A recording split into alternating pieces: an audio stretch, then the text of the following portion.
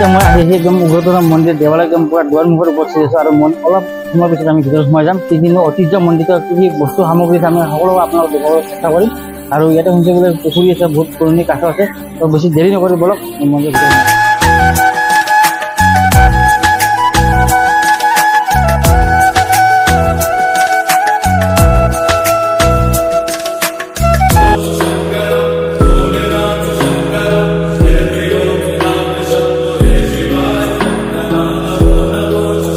মই আছোঁ বৰ্তমান এতিয়া উগ্ৰতৰা দেৱালয়। সবিয়াৰ ভিডিঅ' আপোনালোকক দেখুৱাইছোঁ।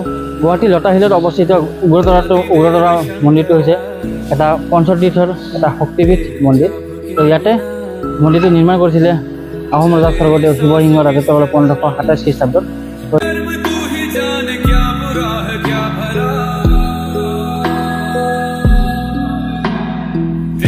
এইটো মন্দিৰটো এইটো কাৰণে জনাত যেতিয়া সতীৰ মৃত্যু হৈছিলে, শিৱই যেতিয়া কান্ধত লৈ গোটেই বিশ্বব্ৰহ্মাণ্ড ঘূৰি ফুৰিছিলে, ব্ৰহ্মাই চক্ৰৰে কাটিছিলে। কাটাওঁতে য'ত য'ত অংগ পৰিছিল তাতে মন্দিৰ এটা হৈছিলে। আৰু ইয়াতে য'ত মই আজি আহিছোঁ উগ্ৰতৰা দেৱালয়ত সতীৰ নাভিটো পৰা বুলি জনা যায়। তো সেইকাৰণে এইটো মন্দিৰৰ বিষয়টো এইটোৱে আছিলে। আৰু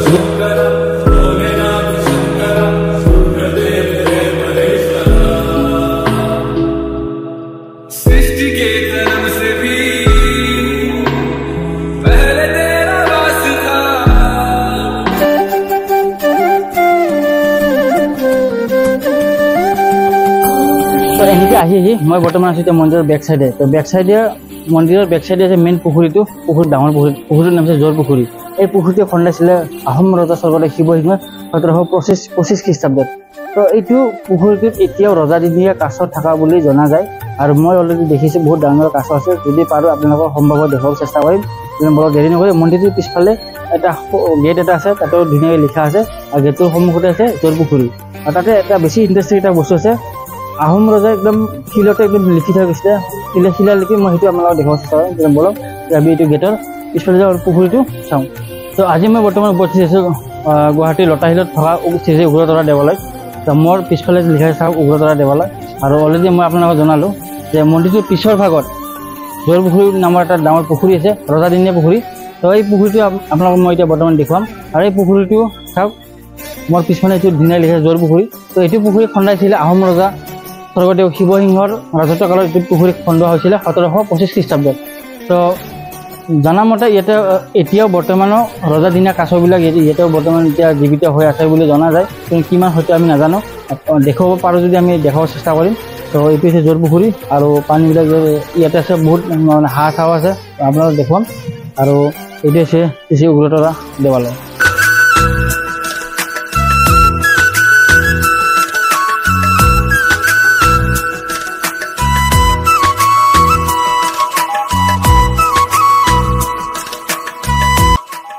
তো আজি আমি আপোনালোকক দেখুৱাইছোঁ উগ্ৰতৰা দেৱালয়।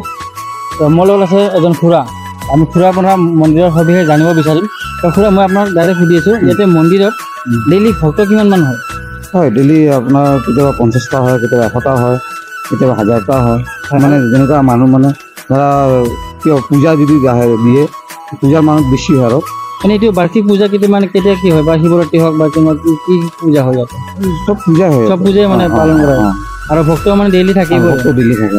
আৰু যিটো আমি দেখুৱাইছোঁ এইটো জোৰ পুখুৰী, ইয়াতে মানে শুনিছে বহুত ডাঙৰ কাছ আছে।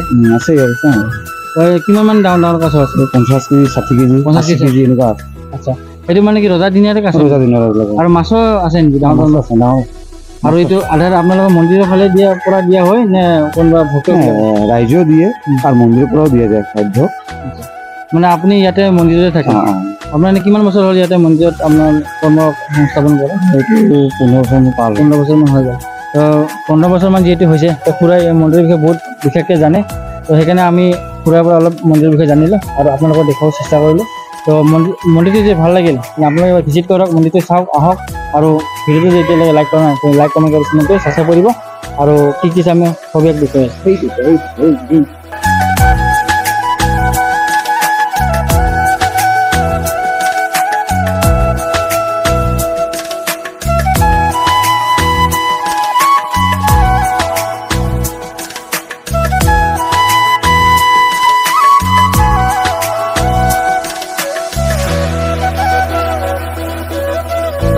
পুখুৰীটোত বহুত ৰজাদিনীয়া কাছ থকা বুলি কৈছে।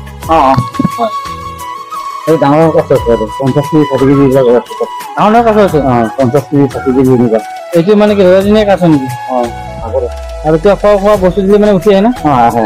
এতিয়া আহে না? বেলেগ ব্ৰেড দিলে আহে। আৰু ৰাজহাঁহ আছে? আছে। এইটো চব মন্দিৰতে হয়? চব মন্দিৰত। কোনো মন্ত্ৰ মাৰিব নোৱাৰে ন? নাই নাই নাই।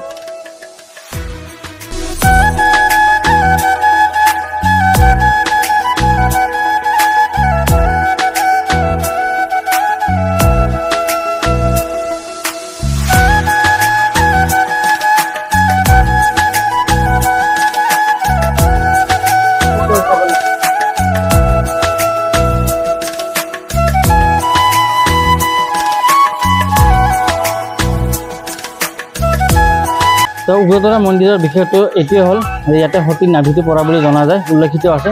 তো এইটো কাৰণে এইটো মন্দিৰটো বহুত বিখ্যাত। আৰু এইটো মন্দিৰটো বহুত যিহেতু পুৰণি, আহোম ৰজা স্বৰ্গদেউ শিৱসিংহই 1527 খ্ৰীষ্টাব্দত বনাইছিলে। তো চাওক, ভাবক কিমান পুৰণি এটা মন্দিৰ আমাৰ গুৱাহাটীতে বৰ্তমান আছে। আপুনি যদি বৰ্তমান গুৱাহাটীত আছে, এতিয়ালৈকে যদি অহা নাই, এই ইমান ৰজাদিনীয়া এটা মন্দিৰ চাই যাওক।